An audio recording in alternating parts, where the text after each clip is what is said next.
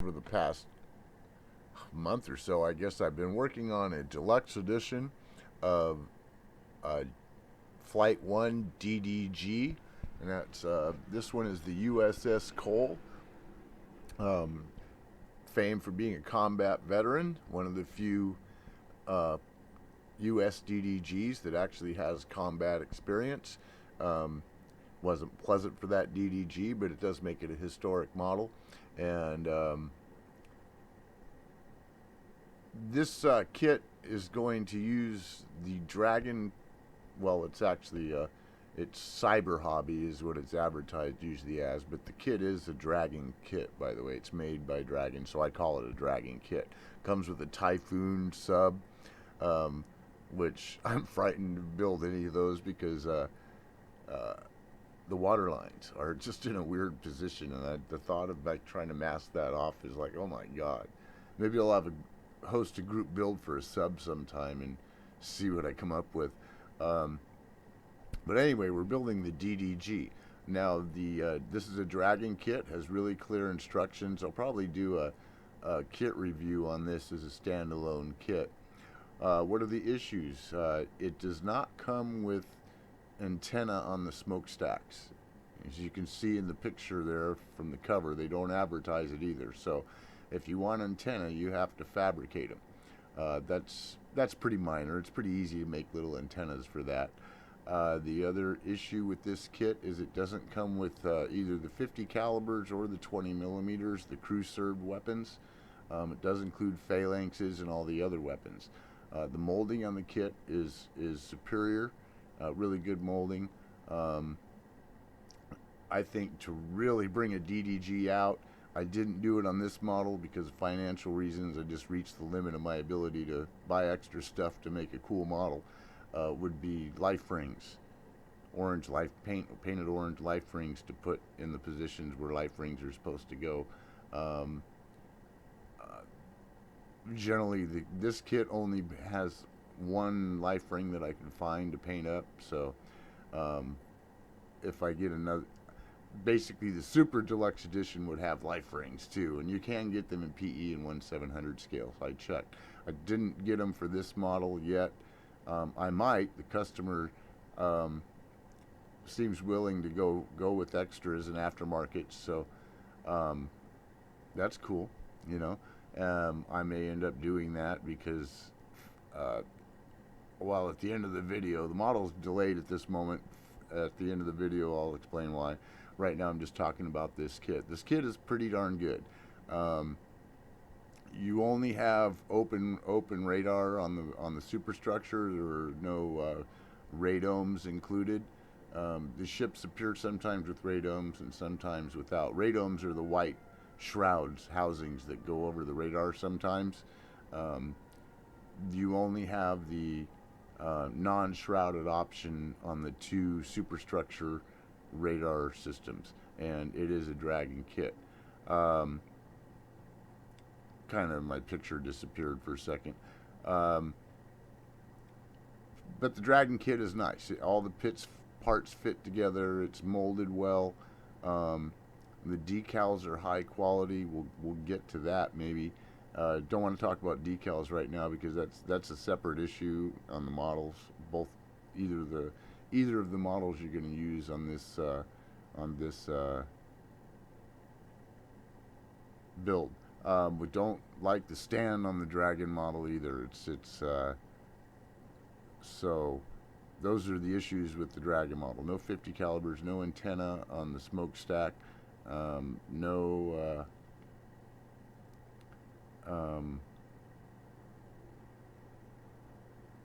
antenna on the smokestack, no 50 calibers, no 20 millimeters, and we don't like the stand. So anyway, we'll move on to the next kit. The next kit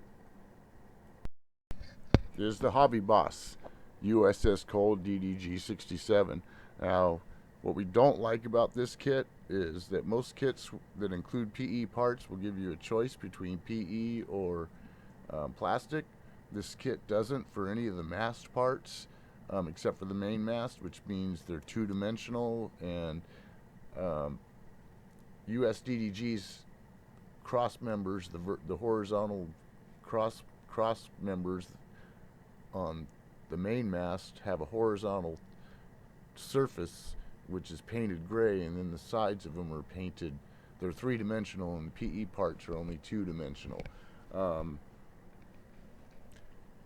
there's no plastic substitute in the Hobby Boss kit, so for that reason, and personally, I don't like PE parts, and a lot of the other parts on the Hobby Boss kit are PE only too. All the platforms for the antennas are two-dimensional. They don't have any of the little triangular support plates underneath them, that support the platforms and stuff. So I don't like the Hobby Boss kit because of that. However, it does come with PE antenna for the smokestack masts, which means you can use those, or do what I did, use them as a guide to make three-dimensional antenna for the smokestacks. Because remember, the Dragon kit doesn't come with antenna for the smokestacks. So that we like about the Hobby Boss kit. The Hobby Boss kit also comes with 50 calibers and 20 millimeters, and we like that because remember, the Dragon kit doesn't come with those, and the Hobby Boss 20 millimeters and 50 calibers are nicely detailed. We'll see that later on in the build when I get there. It'll be those are the last parts that'll be installed, because the barrels stick out close to the edge, and rule of mine is if it sticks out over the edge of the hull, don't put it on until everything else is done. So, and we also like the Hobby Boss stand better. Dragon stands, the base is okay, but the parts that hold the ship in place I don't really like too much. So anyway, those are the two kits you'll need, and why you need two kits, because neither kit, the Dragon kit produces a nice result on its own if you fabricate antenna for the main mast, not the main mast, the smokestacks. The Hobby Boss kit doesn't have three-dimensional mast cross members, so there's nothing there. Also, it has too many PE parts that would be better in plastic, because it's three-dimensional, and all the PE parts are two-dimensional. PE parts aren't necessarily superior, by the way. PE parts are two-dimensional. If you've got a three-dimensional part, you're better off with plastic. So that's my opinion. I generally don't use PE. So anyway, whether or not you use PE, to get a better result, you need to use both kits. The Dragon kit has better molding also than the Hobby Boss kit, and you're stuck with two-dimensional parts on the Hobby Boss kit. You don't have any option. So anyway, those are the kits. Now we're going to get to the build.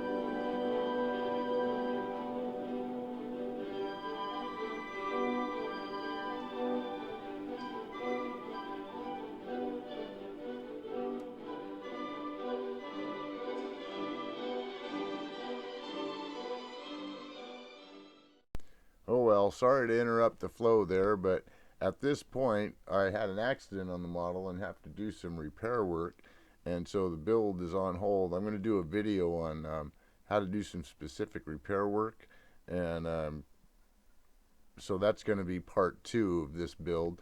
Anyway, I hope you enjoyed that. I just wanted to document the different stages the model went through as it got built, and I hope you liked the music. Anyway, this is Dave checking out.